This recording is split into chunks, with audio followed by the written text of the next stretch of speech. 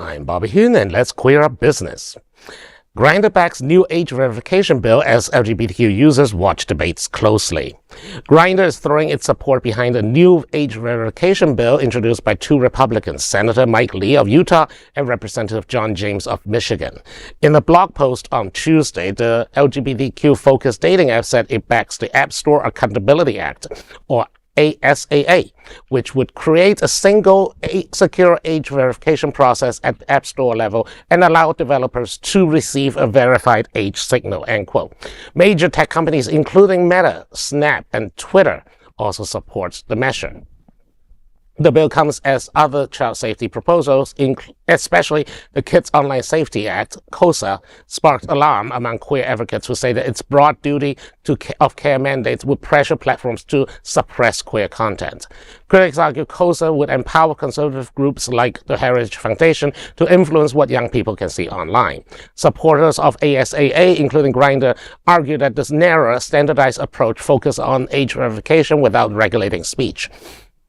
Grindr's head of global government affairs, Joe Hack, wrote, quote, "We invest significant resources to prevent and remove underage users. We support Representative John James's App Store Accountability Act because it strengthens this work. This approach, supported by nearly 90% of parents, is safer and more consistent," end quote.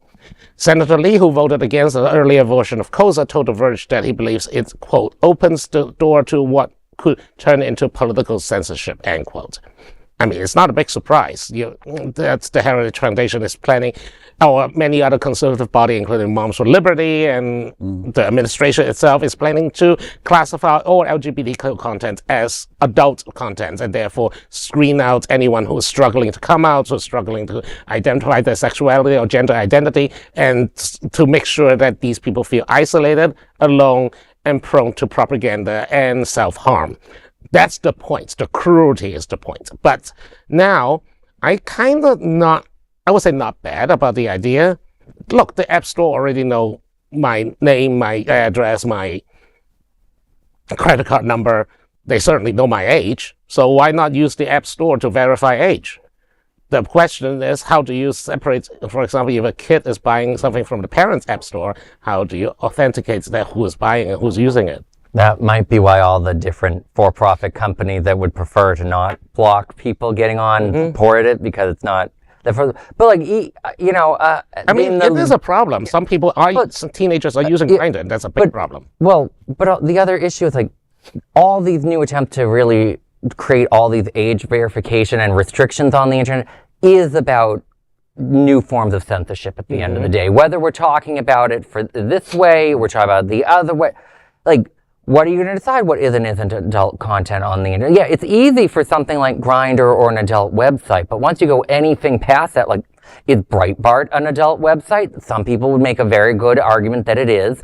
I would say it's censorship to block that awful website. Is, you know, Queer News Tonight an adult content? I wouldn't say so, but I'm sure many people would make that claim. So once you start making age verification easier, you're just going to see everything just say, oh, well, you need to be an adult to see everything. And then you look at, you know, authentication. You know, you look at all the cybercrime that's out there. And no matter where you stand politically, we can all potentially be a victim of that. And, you know, it's interesting times that we're in. You look at AI and how that's going to affect things. And, you know, there's probably some kids out there, unfortunately, who get mommy's or daddy's credit card, or they get some kind of allowance on credit. And the parents don't do a check. And, you know, it's... Oh, ultimately, the responsibility of these app behavior and online behavior comes down to the parents. The problem is that the parents seem to want to abdicate it to the legislature, who want a technological, that one-size-fits-all solution to the problem. Is this even coming from parents, or is this just coming from conservative Republicans who just want to be a nanny state? No. Both. Well, and I'm going to say this, and you know, you might not agree, or you might think it's coming from left field. Before all the internet and these apps, you go back and you hear the sort of the stereotypical thing. I think probably more teenage boys, but you know, maybe looking at their dad's or Playboy magazine or something like that, and that there was no way to censor that outside of the home. And now that we have the World Wide Web, or cyberspace, anything's possible. So it should be interesting to see how everything develops in the future. Well, there is no other queer nonprofit media platform like this in the entire world. Support our LGBTQ stories by sharing them and subscribing to Queer News Tonight.